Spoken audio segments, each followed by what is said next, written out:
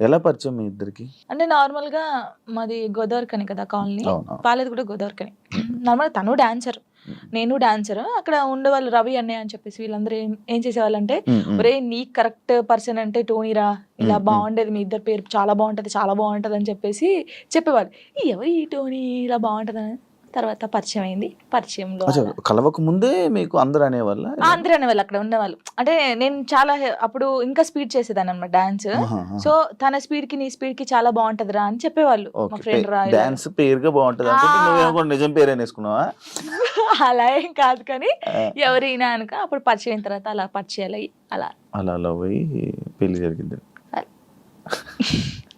ఎన్ని years love చేసుకున్నారు నార్మల్గా? నా 8th క్లాస్లో అనుకుంటా.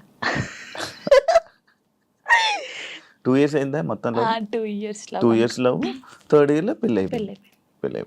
మరి ఇంత లవ్ చేసుకున్నారు కదా, బ్రేకప్ అవ్వడానికి ఎందుకు రీజన్? అంటే 3 years లవ్, సడన్ గా ఒక రోజులో బ్రేకప్ ఎందుకు? అలా ఒక రోజులో కాలేదు, అది కొన్ని సిచ్యువేషన్ ఇంకా అలా అలా అలా జరిగిపోయింది. ఫీల్ అయ్యావా? అబ్బా అయ్యాను. అనవసరంగా వదిలేసానే అని? అనవసరంగా వదిలేసానని కాదు కానీ బాధపడ్డాను. చాలా రోజులు బాధపడ్డాను. అరే ఇలా కాకుంటే బాగుండేది, ఇద్దరం బాగుండే వాళ్ళం కదా, అలా బాధపడ్డాను. అంటే మీ మాటలు వింటుంటే ఎవరి తప్పు లేదు. దిష్టి కొట్టింది మాకు బాగా. అదే అంటే దిష్టి తగులుతూ విడిపోతారా? నిజంగానే విడిపోతారు, నిజంగా విడిపోతారు.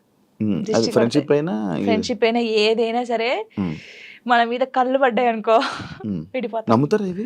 నమ్ముతాను, నేను చాలా నమ్ముతాను. ఇంకా నాకు జరిగింది కాబట్టి నేను నమ్ముతాను. దిష్టి వల్లే విడిపోయింది. ఇప్పుడు తమిళ పెట్టండి, దిష్టి పల్ల విడిపోయిన వీళ్ళిద్దరు ఎందుకయ్యా సామి ఇదంతా నాకు అనిపిస్తుంది ఇప్పుడు. ఏమైనా స్ట్రగుల్స్ ఫేస్ చేసావా విడిపోయినాక? లైక్ పెళ్ళి అయ్యాక కానీ లేకపోతే విడిపోయాక కానీ? పెళ్లిలో పెళ్ళి అయిన తర్వాత బాగున్నాం, మేము బాగున్నాం, ఇద్దరం ఈవెంట్స్ చేసుకున్నాం, లిరిన్ బాగా చూసుకున్నాం, అంత ఇక కొన్ని ఇప్పుడు అవన్నీ మాట్లాడదలుచుకోలేదు నేను, ఎందుకంటే పాతవి తవ్వేసి తన లైఫ్ బాగుంది, నా లైఫ్ బాగుంది, మధ్యలో మళ్ళీ టాపిక్స్ చేసి మళ్ళీ వెనక్కి లాగడం నాకు ఇష్టం లేదు. తర్వాత పెళ్ళి అంటే ఇంకా అయిపోయిన తర్వాత, గొడవ అయిపోయిన తర్వాత చాలా మంది చాలా రకాలుగా మాట్లాడారు నన్ను. అంటే రోడ్డు మీద నడుచుకుంటూ వెళ్ళేటప్పుడు కానీ చాలా, ఇప్పటికీ తప్పట్లేదు అది. ఇంకా లోకంలో మేము ఇద్దరమే ఉన్నాము, మా ఇద్దరికే డైవర్స్ అయిపోయినాయి, వీళ్ళిద్దరే వైఫ్ అండ్ హస్బెండ్స్, ఎవరు విడిపోలేదు అన్నట్టు చేస్తున్నారు జనాలు అయితే. నిజంగా అలా అప్పుడు కూడా అలాగే చేశారు. రోడ్డు మీద నడుతుంది అప్పుడు చేశారు. అప్పుడు నేను ఇలా వెళ్తుంటే, అరే నేను మొగుడు వదిలేశారంటారా దీన్ని, ఇది ఏం చేసిందోరా, మొగుడు వదిలేశాడు అని చెప్పి అన్నారా? ఇలా వదిలేసిన తర్వాతనే కదా నాకు ఎక్కువ అలా అలా చాలా స్ట్రగుల్స్ పడ్డాను. ఎవరున్నారు నీకు సపోర్ట్గా అప్పుడు? Mummy daddy. అమ్మ నాన్న ఏమన్నారు? మా మమ్మీ డాడీ అసలు, మా డాడీ గురించి ఎత్తనే ఏడిపోతుంది నాకు. అంటే మా డాడీ ఎలా అంటే, వీళ్ళకి ఎలా ప్రేమ చూసుకోవాలో తెలియదు మా మమ్మీ డాడీకి. ఫస్ట్ ఆఫ్ ఆల్ మా డాడీ గురించి నేను ఎప్పుడు ఎక్కడ మాట్లాడలేదు. ఇక్కడ అంటే అందరూ లవ్ యూ డాడీ, ఇప్పుడు ఈ జనరేషన్ లో అప్పుడు అంటే అప్పుడు వాళ్ళకి తెలియదు. ఇప్పుడు మనం ఏడ్చినా ఎందుకు ఏడుస్తున్నావు, ఇది కావాలా, ఇట్లా ఫస్ట్ మా డాడీకి సారీ అని చెప్పాలని ఉంది గట్టిగా, హగ్ చేసుకొని. కానీ ఆయనకి ఆ ఫీలింగ్స్ ఉండవు, అంటే తెలియదు. చెప్పినా కూడా ఎందుకు ఏడుస్తుందో అంటాడు. మా మమ్మీ కూడా అంతే. నేను లవ్ మ్యారేజ్ చేసుకొని వెళ్ళిపోయినప్పుడు కూడా చిన్న మాట అనలేదు నన్ను, చిన్న మాట. ఎందుకు చేసుకున్నావు ఆయన అడగలేదు. మేమిద్దరం కలిసి ఇంటికి వెళ్ళినప్పుడు సారీ డాడీ అని చెప్పి ఇంట్లోకి వెళ్ళిపోయాం అంతే. ఎంత బాగా చూసుకున్నాడు మా ఇద్దరిని తెలుసా, ఇంత మాట కూడా అనలేదు ఎప్పుడు. నాకు ఆయన వద్దు డాడీ అన్నప్పుడు ఏమనలేదు, మళ్ళీ కావాలి డాడీ అన్నప్పుడు ఏమనలేదు. నిజంగా మా డాడీ దొరకడం నాకు చాలా అదృష్టం. ఆయన గురించి ఎప్పుడు అసలు ఎక్కడ మాట్లాడలేదు నేను, ఫస్ట్ టైం మాట్లాడుతున్నాను. ఐ లవ్ యూ డాడీ అంతే. అంటే ఒక అమ్మాయికి ఒక డాడీ సపోర్ట్ ఎంత ఉండాలో కానీ నాకు మా డాడీ ఫ్రెండే. ఇద్దరం కూర్చుంటాం, మాట్లాడుకుంటా ఉంటాం బాగా.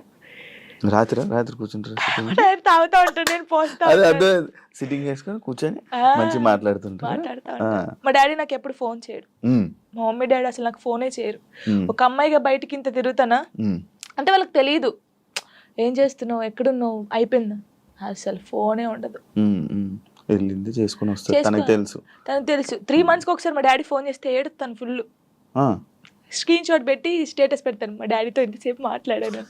మొన్న నార్మల్ గా ఏడుపు వచ్చేస్తుంటది నార్మల్, లేకపోతే ఒక టాపిక్ ఇక్కడ పెయిన్ ఉంటది కదా, ఇప్పుడు డాడీ గురించి తీసినాకనే పెయిన్ వచ్చింది. అవును, మా డాడీతో నేను అంత ఉన్నాను, మా డాడీతో టైం స్పెండ్ చేయలేకపోతున్నాను. నాకు మా డాడీ లిరి చాలా, వీళ్ళిద్దరు పేరు ఎత్తే నేను ఏడ్చేస్తాను ఫస్ట్. మీ అబ్బాయి అంత ఇష్టమా మీ అబ్బాయి అంటే? చచ్చిపోతాను, వాని కోసమే బతుకుంది నేను. ఇప్పుడు కొన్ని రోజులు అయిన తర్వాత మీ అబ్బాయిని పంపించాలి, నాన్న దగ్గర పంపించాలి అని అంటే పంపించరు. అంటే యాక్చువల్ లా ప్రకారంగా నార్మల్గా కొన్ని ఇయర్స్ అమ్మ దగ్గర, ఎన్ని ఇయర్స్ అని అమ్మ దగ్గర ఉండాలి అని చెప్పి. మీరు అలా అంటే నాకు గుండె అయిపోతుంది. లేదు, జనరల్గా అడుగుతున్నా.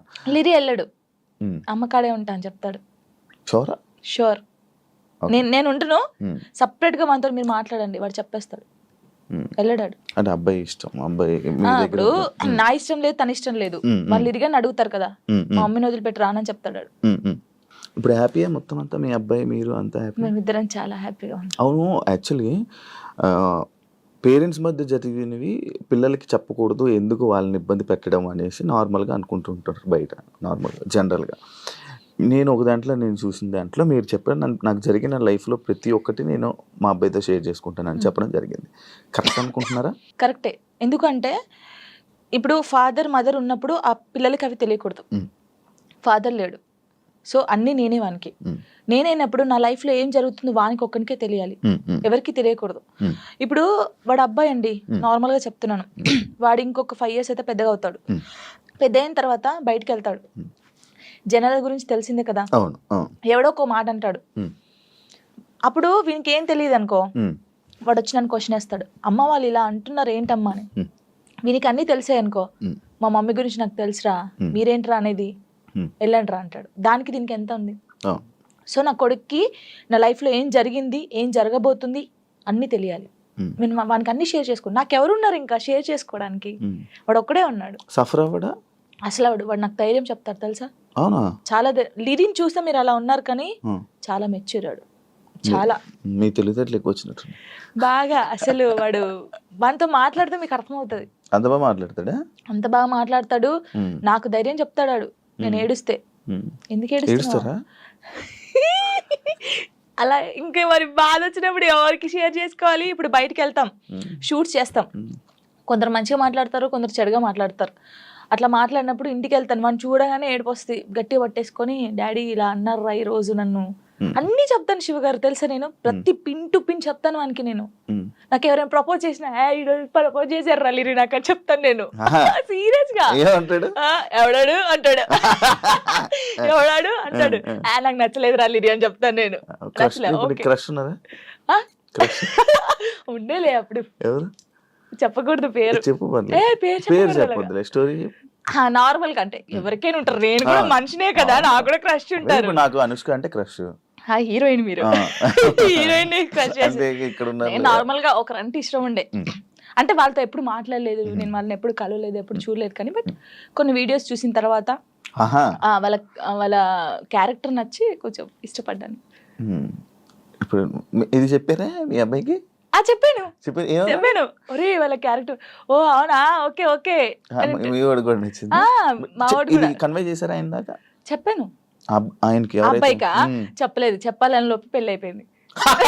సీరియస్ గా ప్రామిస్, ఇది ప్రామిస్, ఇది పెళ్లి అయిపోయింది. అయ్యో దేవుడా, పెళ్లి అయిపోయిందా, ఓకే పర్లేదులే, చూసుకుంటున్నారు కదా వీడియోస్, ఓకే ఫైన్, ఇష్టం కదా చూస్తూ ఉందాంలే అలాగా. ఇంకో మ్యారేజ్ చేసుకోవాలని ఆలోచన లేదు. అంటే దీనివల్ల ఒక 8 months నేను సాంగ్స్ని కొంచెం పక్కకు పెట్టాల్సి వస్తుంది. అండ్ ప్రొడ్యూసర్స్ అందరు చాలామంది కూడా కాల్ చేస్తున్నారు, వాళ్ళందరికీ సారీ. అంటే నా హార్ట్ఫుల్గా నేను సారీ చెప్పుకోవాలి. ఈ టైంలో నేను అగ్రిమెంట్ అయ్యాను కాబట్టి ఒక మంచి ప్రాజెక్ట్తో మేము ముందుకు రావాలి అని, అంటే ప్రేక్షకుల దేవులకు, అంటే వాళ్ళు నన్ను అభిమానించే వాళ్ళందరికీ ఒక పెద్ద బిగ్ సర్ప్రైజ్ తోటి మేము ముందుకు రాబోతున్నాను. అండ్ ప్రొడ్యూసర్స్ కూడా చాలా సారీ అండి, ఒక 8 months తర్వాత నేను బ్యాక్ వచ్చేస్తా, అంతే, నన్ను కొంచెం అర్థం చేసుకోండి. అంటే మీ పేరు చెప్పగానే జనాలకి ఏంటంటే ఒక విషాద గీతాలు, ఏంటంటే అదేదో విరహ ప్రేమికుడు, భగ్న ప్రేమికుడు అంటారు కదా, ఆ పాటలు ఎక్కువ వస్తున్నాయి. అంటే మీరు అట్లా సెలెక్ట్ చేసుకుంటున్నారా, లేకపోతే వస్తున్నాయి? అట్లా అంటే సెలెక్ట్ చేసుకోవడం బ్రాండ్ పడిపోయింది మీకు, అట్లా అయిపోయింది.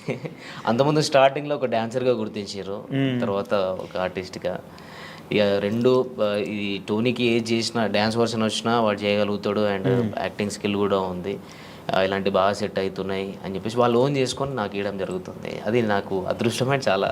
అంటే రేపు ఎప్పుడైనా వేరే క్యారెక్టర్ అయినా వేరే మంచి సాంగ్ ఏదో మామూలు ఊపిన సాంగ్ వేరే ఏమైనా వస్తే జనాలు యాక్సెప్ట్ చేయగలరా? అంటే ఒక బ్రాండ్ పడిపోయింది కదా మీకు, ఇట్లా ఎక్కువ ఈ సాంగ్లే ఏడిపించే సాంగ్లే ఎక్కువ వస్తున్నాయి కదా మీ నుంచి. అంటే నేను ఫస్ట్ డాన్సర్గా డాన్స్ తోటి స్టార్ట్ చేసిన కాబట్టి నన్ను ఏ టైప్గానైనా చూసుకోగలుగుతాను, ఏ జాయినర్లనైనా యాక్సెప్ట్ చేసేస్తున్నారు కాబట్టి నాకు చాలా హ్యాపీ. అంతే, ఇది వీడు చేయలేడు ఇది వీడు చేయలేడు అన్నట్టు లేకుండా రెండు ఈక్వల్గా వాళ్ళు నన్ను యాక్సెప్ట్ చేసారు కాబట్టి నాకు హ్యాపీ. ఓకే, మీ లైఫ్లో చాలా కష్టాలు పడ్డారు మీరు, చాలా అనుభవించున్నారు. సో అన్నిట్లోనూ నెగిటివ్ కామెంట్లు కూడా వస్తే చాలామంది ఏదో అంటుంటారు కదా. సో అలా వచ్చినప్పుడు ఎట్లా ఫీల్ అయ్యారు? నేను ఎప్పుడు అన్నీ పాజిటివ్గానే తీసుకున్నా కానీ నెగిటివ్గా తీసుకోలేదు. అంటే మనని వెనుక నుంచి ఎవరన్నా పొడిస్తే మనం అప్లేస్తామని నాకు తెలుసు. అంటే మన గురించి మనకు తెలియనప్పుడు ఎంతమంది అన్నా బ్యాక్ సైడ్ మాట్లాడుకుంటారు మనతోటి, మన రిలేషన్షిప్ అంటే మనతోటి ఉండి ఫ్రెండ్షిప్ చేసినప్పుడు నేనంటే ఏంటిదని తెలిసినప్పుడు వాళ్ళు అలాంటివి చేయరు. కాకపోతే ఆ కామెంట్స్ని నేను ఎప్పుడైనా కానీ పాజిటివ్గానే తీసుకున్నా, ఎప్పుడు బాధపడలేదు. అంత బాధపడి అంత పెద్దగా ఏం పెట్టలేదు కామెంట్స్ కూడా, లైట్. బాగా బాధపడిన క్షణం అంటే మనిషి జీవితంలో హ్యాపీ ఉంటుంది, అట్లా సాడ్ కూడా ఉంటుంది, చాలాసార్లు జరుగుతుంది. కానీ మన మైండ్లో ఒకటి రిజిస్టర్ అయిపోయి ఉంటుంది కదా. అంటే నేను లైఫ్లో ఒకటి మనం ఎప్పుడైనా కానీ ఒకటి అనుకుంటాం, ఇట్లా ఉండాలి, ఒక ఫ్యామిలీతో ఉండాలి, ఇది అని నేను ఒక పెద్ద కోట కట్టుకున్న తర్వాత ఒకటేసారి కూలిపోయింది. అది కొన్ని రోజులు స్ట్రగుల్ ఫేస్ చేసిన, అంతకు మించి బాధ దాని తర్వాత కూడా నేను లైఫ్లో నేను అనుభవించలేదు. అదొకటే బాధ. మళ్ళీ ఇప్పుడు కలవాలనిపించలేదు మళ్ళీ ఈ టాపిక్. ఓకే ఓకే, అంటే ఏదైనా ఇప్పుడు బ్యాక్ వెళ్తే అది నేను మార్చుకోవాలి నా లైఫ్లో ఏదో ఒక థాట్ ఉంటుంది కదా, అట్లా ఏముంది మీ లైఫ్లో? దేవుడు ఇచ్చిన ఒక లైఫ్లో దేవుడు ఎటు వెళ్ళాలో అనేది డిసైడ్మెంట్ చేస్తాడు. మనకు అప్ అండ్ డౌన్స్ అనేది జరుగుతూనే ఉంటుంది. దెబ్బ తాకితేనే మనకు దాని వాల్యూ తెలుస్తుంది. దాన్ని నేను మార్చుకోవాలని అనుకోవట్లేదు. నేను దెబ్బ తినాలి ఎవ్రీ టైం. ఇప్పుడు కూడా నేను ఎప్పుడు స్ట్రైట్గా వెళ్ళాలని లేదు, అప్ అండ్ డౌన్స్ తోటే వెళ్ళాలని నా లైఫ్ అనుకుంటున్నా. అంతే, మార్చుకోవాలి ఇది మార్చుకోవాలి అది మార్చుకోవాలని లేదు. మనం ముందు ఏమైనా గోల్ పెట్టుకుంటే దాన్ని స్ట్రైట్గా ఫాలో అయ్యి దాన్ని కరెక్ట్ రీచ్ కావాలి. ఇది మాత్రం చేసుకోగలగాలి. కానీ మన లైఫ్ని మార్చుకోవాలంటే ఈ గోల్నే మనం ఏదైతే అనుకున్నామో ఆ సక్సెస్తోనే మార్చుకోవాలి. అంతే. అంటే డాన్సర్ టు యాక్టర్ అయ్యారు, ఇప్పుడు ఆర్టిస్ట్ అయ్యారు కదా. అవును. సో డాన్సర్ నుంచి ఆర్టిస్ట్గా టర్న్ అవడం అనేటప్పుడు మీరు చాలా స్ట్రగుల్ ఫేస్ చేస్తుంటారు కదా. ఎందుకు అలా వెళ్ళడం, ఇక్కడ బాగుంది కదా అని ఫీల్ చాలామంది చెప్పుంటారు మీరు. సో ఎందుకు ఇట్లా ఎలా అంటే డాన్సర్ నుంచి యాక్టర్గా అంటే ఇట్లా ఎందుకు చూస్ చేసుకున్నాను అంటే, డాన్సర్ అంటే బేసిక్గా యాక్టర్ అనమాట. అంటే డాన్స్ అంటే అది స్క్రీన్ వెనకాల ఉండి కొన్ని ఉంటాయి కదా, అట్లా కాకుండా మొత్తం మీ మీదే నడుస్తుంటుంది మొత్తం ప్రతిదీ. అంటే ప్రతిదీ అక్కడ ఏంటంటే ఎమోషన్ అన్నది అంత పట్టించుకోండి. మీరు కొరియోగ్రాఫ్ చేస్తారు అంత బాగుంటుంది, ఇక్కడ ఎమోషన్ అంతా చాలా ఉంటుంది కదా. ఆర్టిస్ట్గా కూడా చూస్తుంటారు కదా. సో కష్టం అనిపించిందా లేకపోతే? లేదు, నాకు చిన్నప్పటి నుంచి ఆర్టిస్ట్ అంటే యాక్టింగ్ కానీ డ్యాన్స్ కానీ చాలా ఇష్టం. అట్లనే చిన్నప్పటి నుంచి ఉంది. ఒక డాన్సర్గా అంటే ఫస్ట్ ఆఫ్ ఆల్ డాన్సర్గా ఒక గుర్తింపు తెచ్చుకున్నాం కాబట్టి అది ఉంది. నాకు కూడా ఎప్పుడైనా ఇలాంటి క్యారెక్టర్ చేయాలి, ఇట్లా ఉండాలి, ఇది చేయాలి, మనం ఒక డాన్సర్గా కాకుండా ఒక యాక్టర్ కూడా ప్రూవ్ చేసుకోవాలని నాకు చిన్నప్పటి నుంచి ఉండే. ఆ ఛాన్స్ నాకు వచ్చింది, చేసుకున్నాను. గుర్తించారు ఆడియన్స్, అంటే జనాలు కూడా నన్ను యాక్సెప్ట్ చేసారు. హ్యాపీ. మీకు ఎవరంటే బాగా ఇష్టం? ఈ డాన్సర్స్లో బాగా ఇష్టం మీకు? డాన్సర్స్లో ఎవరు బాగా ఇష్టం? డాన్సర్స్లో డాన్స్ చేసే వాళ్ళు ప్రతి ఒక్కరు ఇష్టం. అంటే ఇన్స్పిరేషన్ ఒకళ్ళు ఉంటారు కదా, అలా ప్రభుదేవ్ మాస్టర్, చిరంజీవి గారు. ఓకే, అట్లా. సో అందుకే ఆయనలాగా మీరు ఆర్టిస్ట్ అయ్యారు, డైరెక్టర్ అవుతారా మళ్ళీ? ఆయన కూడా డైరెక్టర్ కదా. డైరెక్షన్ స్కిల్స్ ఉన్నాయి, డైరెక్షన్ చేసేది నేను. ఏవైబి ఆర్ట్స్ అనే యూట్యూబ్ ఛానల్లో నేను అంతకుముందు 2018లో వర్క్ చేసినప్పుడు అందులో ఒక వరల్డ్ ఫేమస్ లవర్ అని, అప్పుడే world famous lover Vijay Deverakonda గారిది రిలీజ్ అయింది. ఆ టైంలో నేను అదే టైటిల్ మీద వరల్డ్ ఫేమస్ లవర్ అని చెప్పేసి ఒక షార్ట్ ఫిల్మ్ చేసిన. అంటే డైరెక్షన్ కానీ, స్టోరీ రైటింగ్ కానీ, సాంగ్స్ కూడా రాయడం కానీ, ఇవన్నీ నాకు చిన్నప్పటి నుంచి ఇష్టం, ఇంట్రెస్ట్ అంతే. ఓకే, ఫీల్డ్లోకి రాకముందు ఏం చేసేవారు? అంటే ఈ ఫీల్డ్లో అంటే నేను చిన్నప్పటి నుంచి డ్యాన్సర్ని, అండ్ నా స్టడీ ఇంటర్లోనే స్టాప్ చేసేసిన. ఇంటర్ తర్వాత నాకు డ్యాన్స్ మీద ఇంట్రెస్ట్ కాబట్టి డైరెక్ట్ ఫిల్మ్ ఇండస్ట్రీకి వచ్చేసిన. ఓకే, అంటే ఫ్రెండ్స్ ద్వారా. ఇంటర్ తర్వాత మీకు ఇంట్రెస్ట్ ఉంది, ఇంటర్ తర్వాత ఇక్కడికి వచ్చారు కదా. అవునండి. ఈ ఫిల్మ్ ఇండస్ట్రీకి రావడానికి ముందు, ఈ ఇంటర్ అయిపోయిన తర్వాత మీరు ఎలా రావాలనుకున్నారు? లైన్ ఎక్కడ దొరికింది? అంటే ఫ్రెండ్ ద్వారా మగధీర డే 2 డ్యాన్స్ అని ఉండదు ఆ టైంలో. Aata and challenge challenge and Dhee and Magadheera day to dance ఇప్పుడు 3 జరుగుతూ ఉండే అప్పుడు షూట్స్. ఇది ఛాలెంజ్ అనేది మా టీవీలో వచ్చేది, డి అనేది ETV, Magadheera day to dance Zee తెలుగులో వచ్చేది.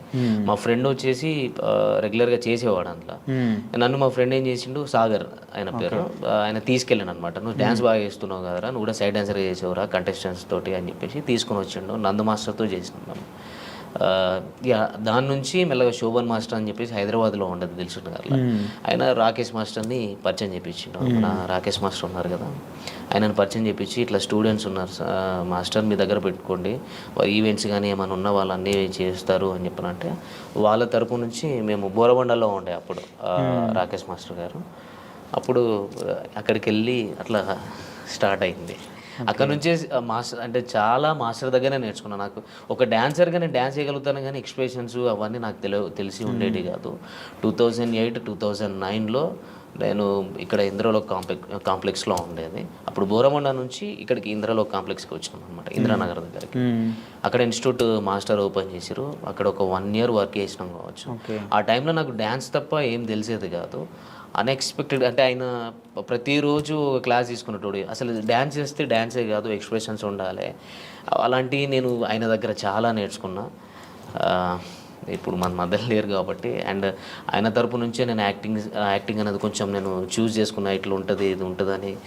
ఒక డ్యాన్సర్గా నేను తెలుసుకున్నది ఆయన దగ్గరనే, రాకేష్ మాస్టర్ దగ్గరనే. అంటే కొరియోగ్రాఫర్గా సినిమాల్లోకి వెళ్ళకుండా మళ్ళీ ఆర్టిస్ట్గా టర్న్ అయ్యారు కదా మళ్ళీ. అంటే ఆ టైంలో 2009లో Gemini TV 31st night event చేసినాం. నాకు ఒక 10 days బాగా స్ట్రగుల్, అంటే ఎక్కువ స్టేన్ అయిపోయింది, ఫీవర్ వచ్చేసింది. ఇక్కడ నుంచి సిక్ అయిపోయి ఇంటికి వెళ్ళిపోయినా. ఇంటికి వెళ్ళిన తర్వాత ఇంట్లో వాళ్ళు పంపించలేదు. అప్పటికి ఆ లోపు ఒకవేళ 2009లో ఉండేది ఉంటే నాకు సైడ్ డాన్సర్ కార్డ్ తీసుకున్నట్టు. అప్పుడు షారోన్ అన్న ప్రెసిడెంట్గా ఉండే.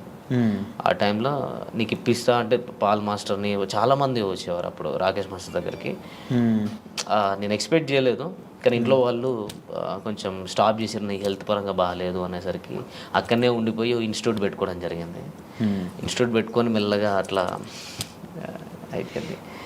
అట్లనే డ్యాన్సర్గా ఉండి ఒక ఆర్టిస్ట్గా ఈ యూట్యూబ్లోకి నేను అన్ఎక్స్పెక్టెడ్గా వచ్చిన. నాకు అంటే డైరెక్ట్ మూవీస్లోకి వెళ్ళాలి అన్నట్టు ఉండేది. అంటే నాకు డైరెక్ట్ టచ్ అక్కడికి వెళ్ళిపోయినా. రాకేష్ మాస్టర్ తరపు నుంచి నేను ఏదో మూవీస్లోకి వెళ్ళాలి, మూవీస్లో కొరియోగ్రాఫర్ కావాలి,